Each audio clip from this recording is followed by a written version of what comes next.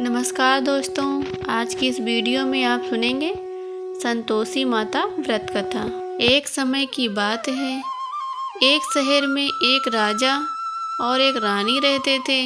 उनकी 2 बेटियां थीं। राजा ने अपनी बेटियों को तैराकी, घुड़सवारी और तीरंदाजी सभी प्रकार की शिक्षाओं को दिया था और रानी ने अपनी दोनों बेटियों को घर की जिम्मेदारियां अच्छी से सिखाई थी।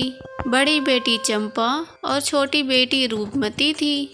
चंपा थोड़ी सांवली थी, रूपवती नाम की तरह ही रूपवती थी। रानी माँ पूरी विधि विधान से शुक्रवार को व्रत करती थी। उनके महल में एक धाई माँ रहती थी जो अपनी भतीजी से राजा की शादी करवाना चाहती थी, लेकिन राजा ने अपनी पसंद की राजकुमारी से शादी की थी, इसीलिए वह रानी माँ से चिढ़ती थी।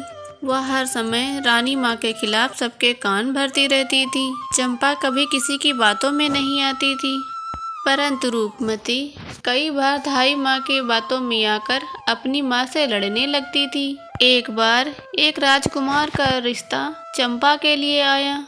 राजा ने धूमधाम से चंपा की शादी कर दी और उस राजकुमार को घर जमाई बनाकर रख लिया। शादी के बाद रानी माँ ने चंपा को भी शुक्रवार का व्रत करा दिया। अब हर शुक्रवार दोनों माँ बेटी मिलकर व्रत करने लगी। संतोषी माँ की कृपा से चंपा गर्भवती हो गई। राजमहल में चारों तरफ खुशियाँ ही खुशियाँ छा गई। एक दिन रानी माँ और चंपा का शुक्रवार व्रत था। तब राजा और उनके जमाई सिपाहियों के साथ शिकार पर गए हुए थे। तब दहाई माँ ने एक चाल चली। रानी माँ और चंपा के खाने में खटाई मिला दी और चंपा रानी माँ ने उस खाने को खा लिया, जिससे संतोषी माता रुष्ट हो गईं और रुष्ट होकर संतोषी माता ने राजा और उनके जमाई को रास्ता भटका दिया और उन दोनों की याददाश्त भी चली गई।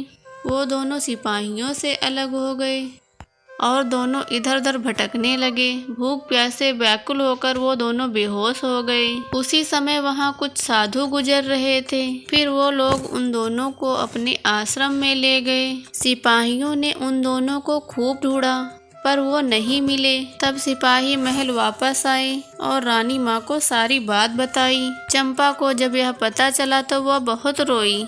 कई दिनों बाद सब खाली हाथ वापस लौट आए। रानी माँ ने बड़ी बेटी चंपा को राजभार सौंप दिया और राजगद्दी पर बिठाया। अगले शुक्रवार रानी माँ और चंपा ने फिर से व्रत रखा और फिर से धाई माँ ने चाल चली और उनके खाने में खटाई मिलाने लगी। लेकिन तभी रानी माँ ने उसे ऐसा करते देख लिया और रंगे हाथों पकड़ लिया। फिर धाई माँ ने उन्हें सारी बात बता दी कि उसने पहले भी खाने में खटाई मिलाई है। तब रानी माँ ने उसे कारागृह में डलवा दिया। अब रानी माँ और चंपा ने संतोषी माता से प्रार्थना की, हे माँ संतोषी, आप हम सबकी माता हैं और हम सब आपके बच्चे हैं। हमारी भूल माफ़ करें संतोषी माता और हमारे पति को वापस लाएं। तभी उसी रात को संतोषी माता राजा के स्वप्न में आई और बोली, अरे राजा उठ और अपने राज्य वापस जा। तू और तेरा जमाई मेरे प्रकोप को झेल रहे थे और अब तू जा, अपने राज्य जा और मेरा एक मंदिर बनवा। और उसी सुबह राजा और जमाई सभी साधुओं को प्रणाम करते हैं, शुक्रिया करते हैं और अपने राज्य को वापस लौट जाते हैं और पूरे राज्य को संतोषी माँ की महिमा बताते हुए एक संतोषी माँ का भव्य मंदिर बनवाया।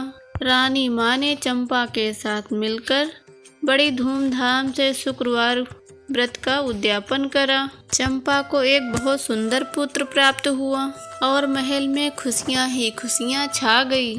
हे संतोषी माता, जैसे आपने रानी माँ और चंपा पर अपनी कृपा बनाई, ऐसे ही कथा को सुनते कहते सब पर अपनी कृपा बनाए रखना।